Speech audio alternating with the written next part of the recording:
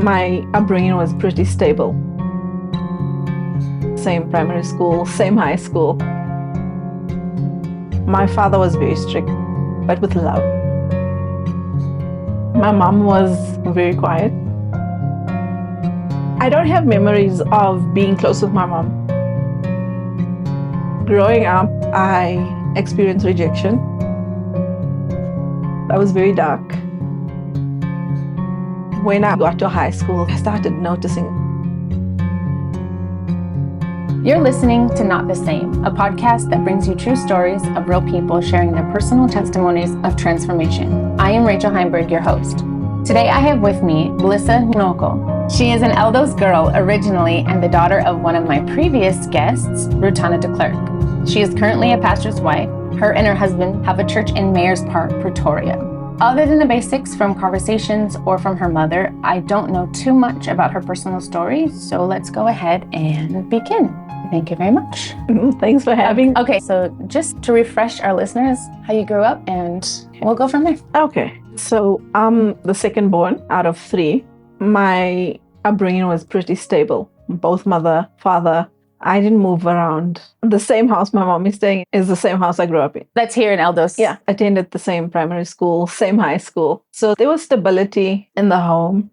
My father was very strict. He was loving. He would discipline, but with love. We would get a hiding when we were wrong, but a few minutes later, he would be like, hey, make me a cup of tea. You're like, oh, okay. Did I just not mess up? So there was that element to it. My mom was very quiet. We had no relationship.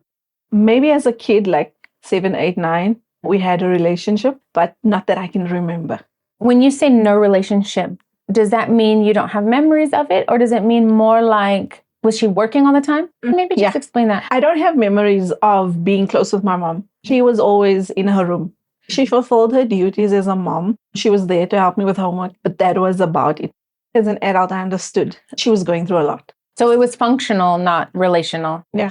I, however, was very close with my dad. Daddy's girl. I have other siblings, not from my mom. If I remember, was he a bit older? He was 9 years. Okay. So he had time to have other children and relationships. Yeah. So my father was a good storyteller. He was the hero for me.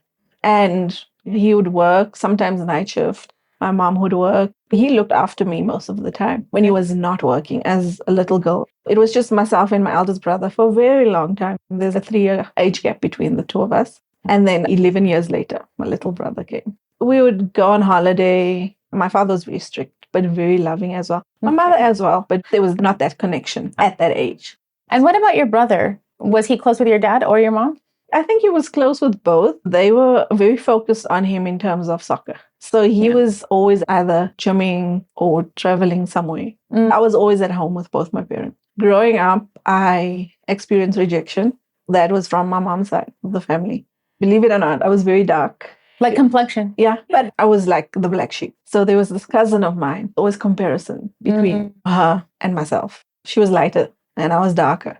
I would go up to my granny, hoping she would say, you look pretty today. But no, they wouldn't. My cousin would walk in and they would be like, you look so pretty. Look at your hair. Where did you get it done? All of that. It didn't affect me at that stage. Only when I got to high school. Yeah.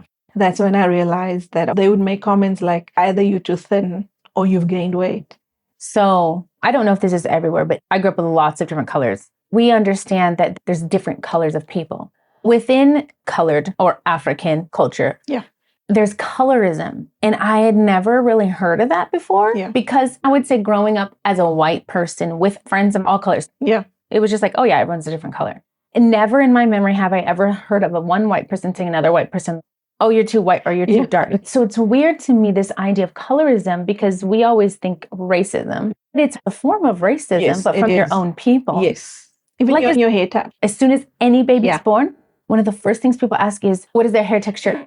Is the baby healthy? Complexion, hair. Yeah. I'm not going to lie, that kind of freaked me out. One of my mother's sisters the other day, she made a comment and she looked at Lunati's hair and she's, oh goodness, I was so hoping you have your grandfather's hair texture. And I thought, you know what? You didn't change. Yeah. And so that's what I grew up with. I would always sing myself happy. When I got to high school, I started noticing, oh, I have gained a bit of weight. So my grandmother, which is my mom's mom, she would be like, oh, you should wear black all the time. It makes you look thin. They would always just pick on my weight. So for years, I believed I was fat.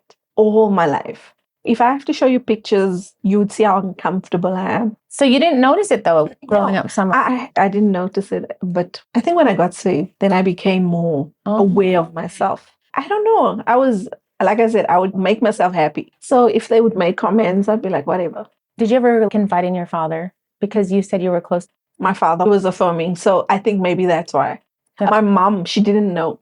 She had no idea the comments, only when I was an adult, because once they made the comment in front of her and she lost it. So they did this behind your mom's back? Yeah, when she was not around, when my father wasn't around. People can be so ugly with their words. Wow. Going through school, everything was good. I was involved in singing, drama, soccer, modeling, swimming. At school?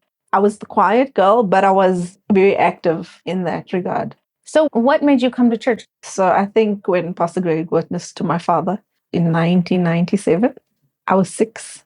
Wow. You were actually in church before you got saved? Yeah, I was in church. I came into the fellowship when I was 6, almost 7. We were definitely in church before that, but not the fellowship. So I just remember they were busy building half of the prayer room. That was the sanctuary. Wow. Pastor Greg was preaching on the stage. Oh, wow. What do you point to as when you really got saved? Was there one specific moment or was there a couple? I got saved in that time with Pastor Greg, but I felt like I wasn't welcomed. There was a lot of groups that time and the girls wasn't too welcoming. I stopped coming on a Wednesday and a Sunday evening. My mom wasn't saved at the time. She would come, but only on a Sunday morning. My dad would come more often. Wow. So we would come on a Wednesday together, sometimes some Sunday evenings, because now I got saved, right? But I think I was too young to even know what I was doing. What age would that have been roughly? I was still in primary, maybe 11. So then what transpired? What made you really So my brother, okay, Wendell, he got saved. This was my first year of high school. Okay. So all the schools come together and they have athletes running, performing, participating. And the rest of us who are not participating, we would just support on the stands and walk around. So I was like, I'm going to dress a certain way so that I can get a boyfriend. But that was a month before I got saved. That day, I moved from house party to house party. I was 14? Yeah. I was searching for something. And it's almost as if I knew I was going to get saved, literally. But I had to do it in modesty because my father was strict. I knew if I get home and he smells that I'm smelling like dacha or cigarettes or kapai, or if you dress a certain way, he wouldn't allow that. So I had to be back before he's back. And that was like at 5-ish, 6. You went from party to drinking, smoking, sitting with different guys. It happened all just like within that week. Okay, and let me just ask you this, because that's so interesting. It doesn't seem like it was a slow slide. It seems like you just made up your mind one day that I'm going to just go wild. First, there are girls that's older than you in your first year of high school, and they're doing things that you've never done. So you're just feeling left this out. Is how I'm going to fit in. Yes, I wanted to fit in. I had a Muslim friend that I grew up with, and we were together doing this thing. Then I saw the difference in my brother. I've seen him on drugs. He's 3 years older than you. Yes. So he would have been almost done with high school. I've seen him catch on at home. When I came from one of these parties, he was on his way to church, to outreach. I'm like, where are you going? Now I'm going to outreach. You can join me Friday. So I would come to youth and join him. I'm saying that because the first time when I got saved, I didn't feel welcomed. This time around, although I wasn't saved yet, there was just a difference. I have heard that from that whole time frame from everyone, that there was a certain dynamic where people just felt it. Yeah, definitely. That was the last time I drank. I would go to outreach, but I'm not saved. I would attend outreach, hand out flyers, but nobody ever came to me and said, hey, what you doing here? People were so gracious, and I only realized that afterwards. I would go to Patricia's house. I feel like that's how it is now. I have kids that show up in outreach all the time, and I'm like, I don't even know if they're saved, but they come to church and they come faithful. Definitely. And that's what happened to me, because even my brother, he was just living his Christian life. Yeah. And this was during the time of Pastor Palaco. And I was just amazed. Who invites strangers to their house and feeds them? Yeah. Who does that? I must mention that at the time, things became a bit rough at home. My parents started arguing a lot. I've never seen my father abuse my mother, but there was verbal arguments, but it became very frequent. And you never saw it before? No. Like the verbal arguing? No. I saw a beautiful marriage. That's the memory that I have. However, my mom, she was always in the room. She was always one side. Like I said, now as an adult, I understand why she was like that. And so home was then not really a nice place. There was some atmosphere happening. So I think I got saved at a good time. It clicked one day. I was like, listen, you are outreach. Yeah. And then I realized that I need to get saved. I need to give my life to Christ. And then on the 1st of March, 2006, that's when I got saved. Yeah. So that was the moment. Did you see the shift in yourself? For me, I have a Catholic background, and I believe that Jesus can only forgive my sins once a year. Oh, wow. Yeah. And I always carried that notion with me. During that drinking era, I was like, oh, Good Friday is coming, so my sins will be forgiven. When I came to the porter's house and I heard that salvation is for today, God can forgive you today. But I knew that there was a heaven and I knew there was a hell. As young as I am, I can still go to hell. Wow. Yeah. So I felt a shift. And because I was already involved in church, it was a second nature for me. I would imagine, you can tell me your thoughts, but I would imagine everything changed, like even outreach changed, church service changed. You feel like, this all makes sense. Definitely. The light went on. Yeah. Did that pour into school? Were you just telling everybody? So I avoided crowds because I've seen what happens when you witness in crowds. There must always be that one rebellious person. I didn't have saved friends, but I started praying for saved friends. That's the type of friends I now had. It kept me sane because we used to sing all the time during breaks. That's what helped me. We would sing in a classroom. This teacher was saved and she would allow us to just sit and sing and encourage one another. As friends. Yes, they were good friends and it helped me. It was a bit difficult at school, obviously. Yeah. I was going to say, because you starting high school and so ready to fit in, but now all of a sudden you got saved and now it's good luck fitting in. I know you were friends with Shannon and you witnessed to him.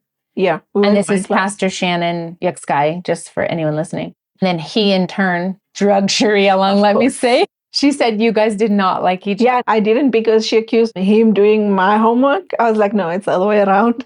He didn't do his homework. He wanted to dance. Couldn't sit still. Wow. So then how old were you when you got saved? I was 14, turning 15. Okay. And then the rest of high school, was it pretty smooth as far as your salvation? It was smooth up until I lost my dad. Okay. 2009. I was about 17, turning 18. That was strange. By this time, my brother was slid. He would normally be at his girlfriend's house, but he was home that night. My mother, she's always home. And everybody went to bed. It was just me and my father. He was like, hey, don't you want to get me a glass of water? And I'm like, oh my goodness, the sink is not that far. But anyway, I got it for him. And next thing, he got chest pains. He went to my mom and then my brother had to hold him, pick him up, put him in the car. I was like, what just happened? Everything was fine. But I knew that was it. I still said to my dad, the devil is a lie. And he's, don't worry, everything will be fine. So he just had a heart attack? Yeah, just like that. My brother came back and he said he asked God to forgive him, but he also prayed with my father. Everybody in the house was crying and I was like, we need to praise God. If he asked God to forgive him first. And sinners can lead people to Jesus all the time. It's not about you. It's about what Jesus is doing. The fact that your father prayed with him is all that matters. And your dad would have known the truth. I used to call him Pastor Randall because that was his name. He would be like, I'm not going to be a pastor. And so for me, I think that was comforting. I felt like my witness was not in vain. For sure. But just before he died, like I said, there was a lot of arguments. I don't know what was happening. But I remember there was the specific Saturday, Lieben, he was the youth leader at the time, and we would go to Villa of Hope, to the orphans and play a movie. And he shared his testimony that night. Yeah. And we cried. But all those orphans got saved. And that was like, wow. And I'm so fired up. And I'm like, listen, souls are dying out there. You need to get your heart right. Yeah. You can make a difference in this world. I'm just crying because I'm so overwhelmed by what I saw. And my father was very religious, but I'm happy that he got saved.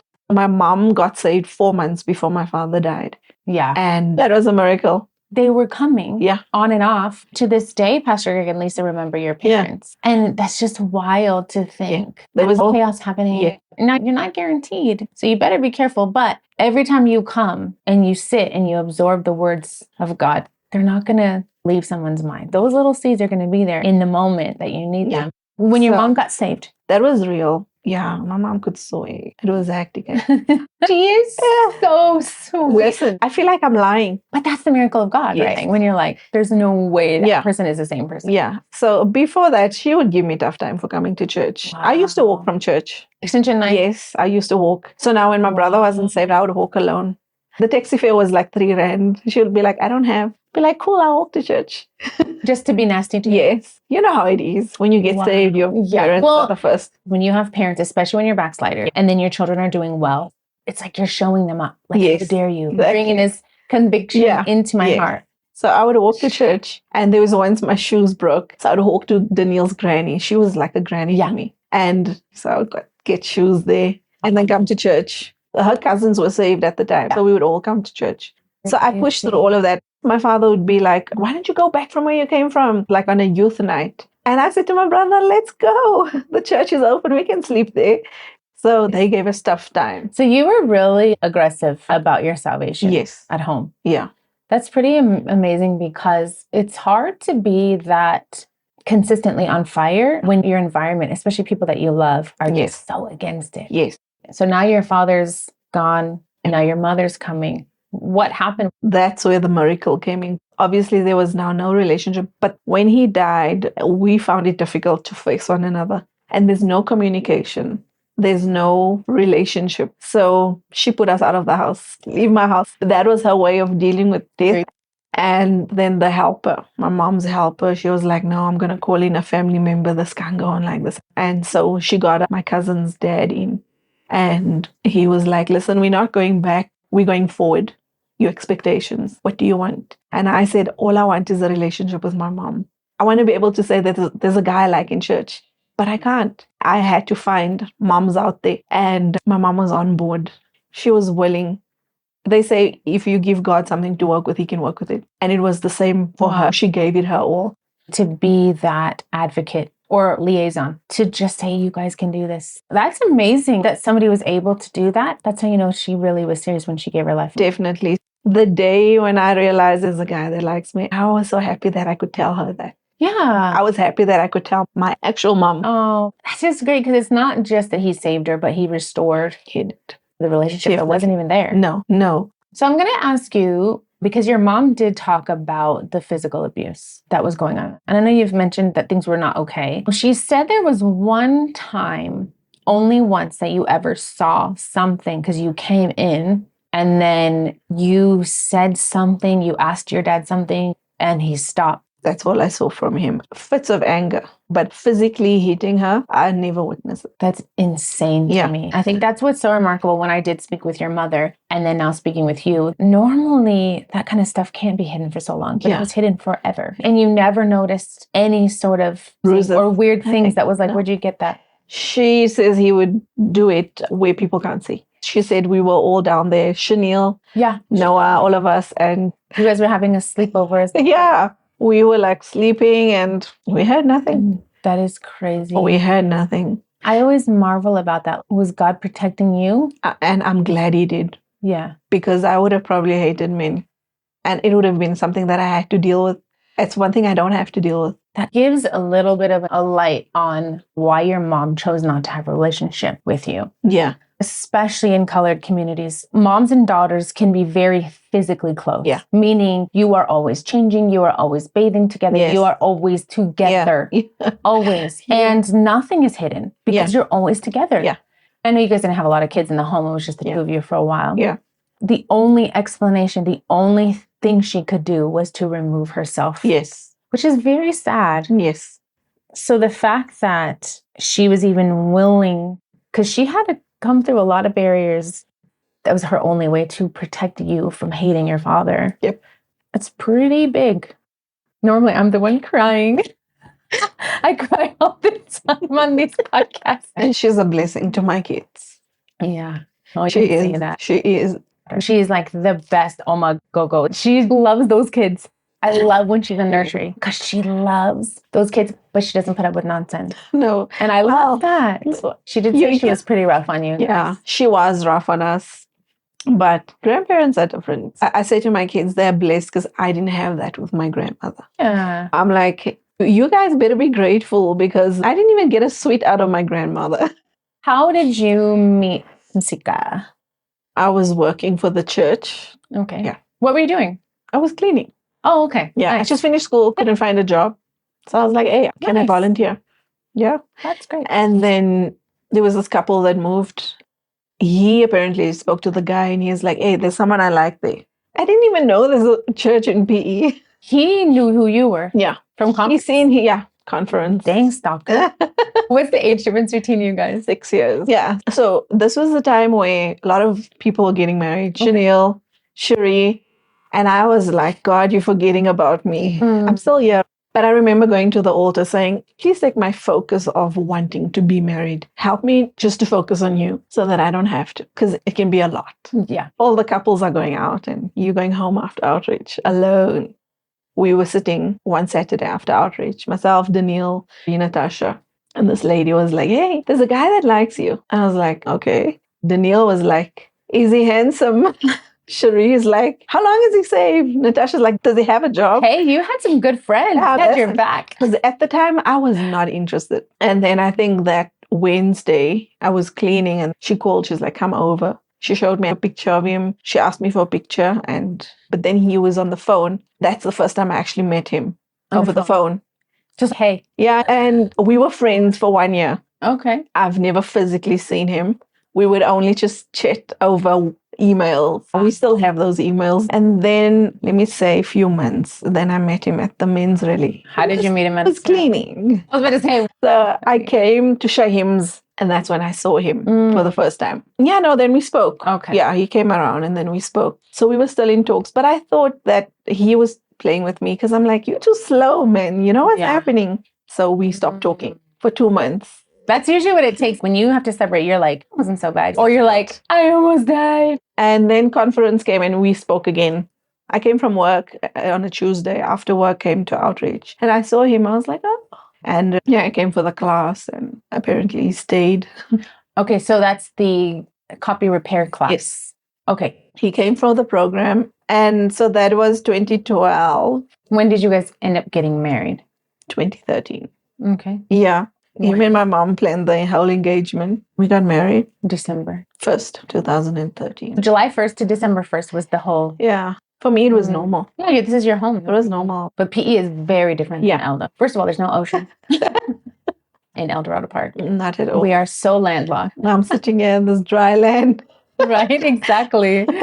In a colored township. So that culture is different. Yes. And then you've got big city life, big city crime. You have to get used to that. It's fast paced in Johannesburg, for sure. And PE is so laid back. You have to get used to that. Okay, so that's been 12 years now? Oh, coming up in 12. Nice. And so how long until you had your children? 2 years. So that's Luyanda? Tando. Lutando, sorry. Yes. Lutando's first. Yes. So you have a son. And then how many years between him so and that's Luyanda? 4 years. Yeah. And then Lunati. 4 years as well. Yes. So now you have 3. Yes. For those that are listening. And they're very smart children. Yes. Brilliant. I remember when we first moved here and I was just amazed at Luyanda because he was still in the nursery. He was so young. Yeah. But he knew every animal in the book and he knew like all these things. And I'm like, this child is so smart. And you can see it now. He's a bit like, doesn't care about anyone. No. But like when it comes to learning, that kid is so smart. And Tanto's definitely your social one. Yeah, he is. Even though Nati's super smart.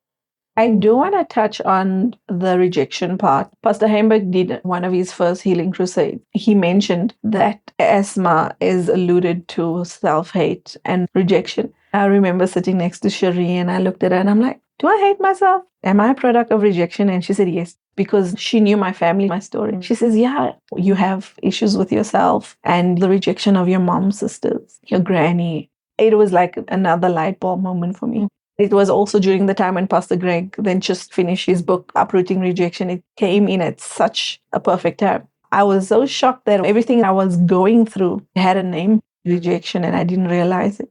Listening to the series was like, this is me, you're bringing me to the surface. They say, if you want to know who you are, get married or enter ministry, right? And you did both. Yes. It's helpful because God brings things to the surface and you can begin to deal with those issues. For sure.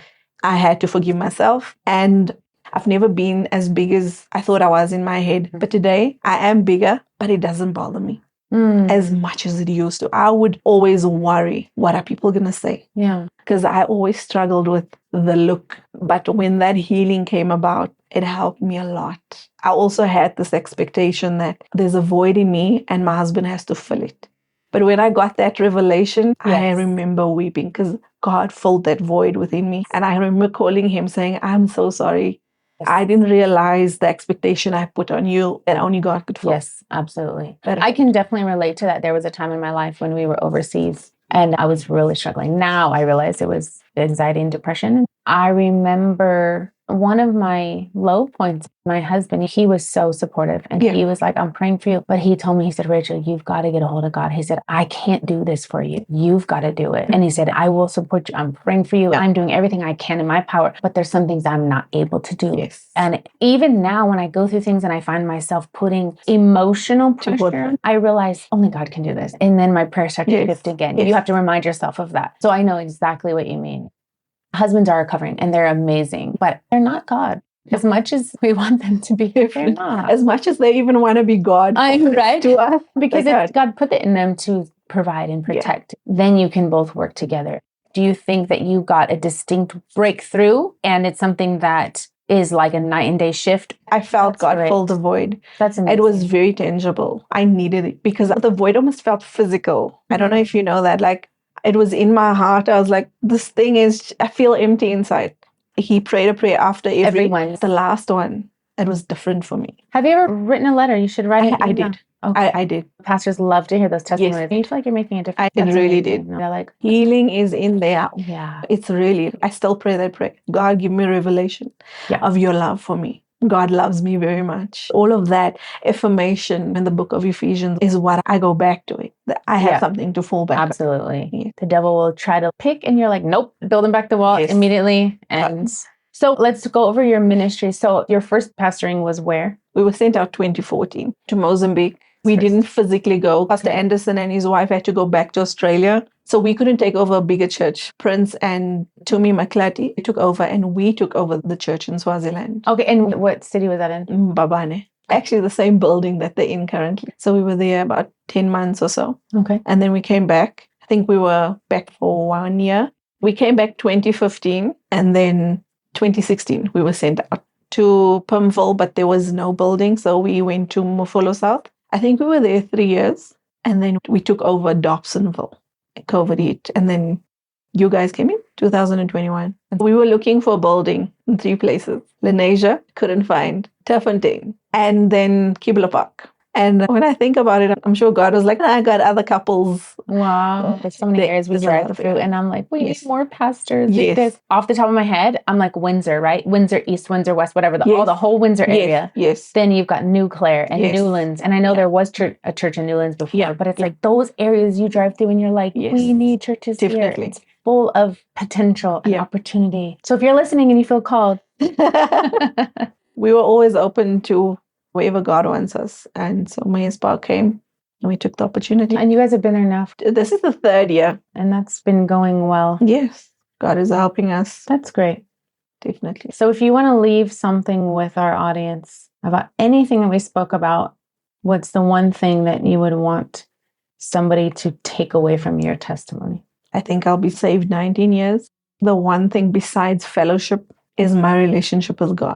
If you're a young girl and you have issues at home, the one thing you can fall on is your relationship with God. Even when I lost my dad, that's the one thing that kept me going. I remember coming from school and just praying, just crying and praying. That's what helped me a lot, cultivating that. So that even when you get married, that's still the main thing. For sure. It's the main thing. Coming to outreach, you don't pray because your spouse is, you do it because your relationship with God is of value to you. So cultivate that. It's the one thing that will keep you going. Absolutely. I appreciate you taking the time to share your story. Yeah. I love doing this because I get so many different perspectives. You've got the hardcore sinner criminals, and then you've got just you, average girl living in an average home, good life. And at the end of it, we all need Jesus. But what I love is that the grace and the love of God never gets old. No matter who you are, it never gets old hearing how God loved us and continues to love us and continues to help us. I am just in awe of every story. I love it. It's new. The end goal is salvation, right? And how God has carried you, but every testimony still wows you.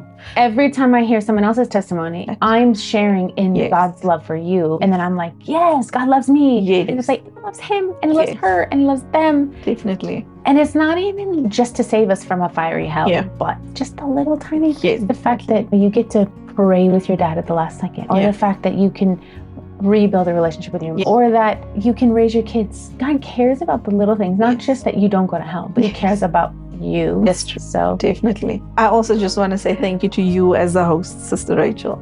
I know you put in a lot. We don't know it. As listeners, I'm one of your biggest fans. I always look for it because it encourages me, and I know it can do it for the next person. For sure. So thank you for coming up with this podcast, putting in the effort, the time. We don't see all of that. We appreciate it. Thank you. I want to take this time to say thank you to my listeners. Without a listener, the story can't be heard.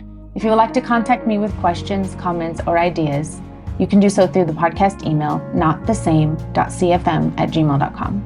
Take a moment to rate and review on whichever platform you're using. Like, subscribe, follow, and above all, please share. Last but not least, I encourage you to take a moment and examine yourself. If you are not a Christian, or perhaps you don't know, you can be. The Bible tells us that out of pure love, God sent His only Son to die for our sin. A simple prayer is all it takes to acknowledge your sin, recognize Jesus paid for that sin, and sincerely ask for forgiveness. Until next time, this is Rachel Heimberg, and you've been listening to Not the Same.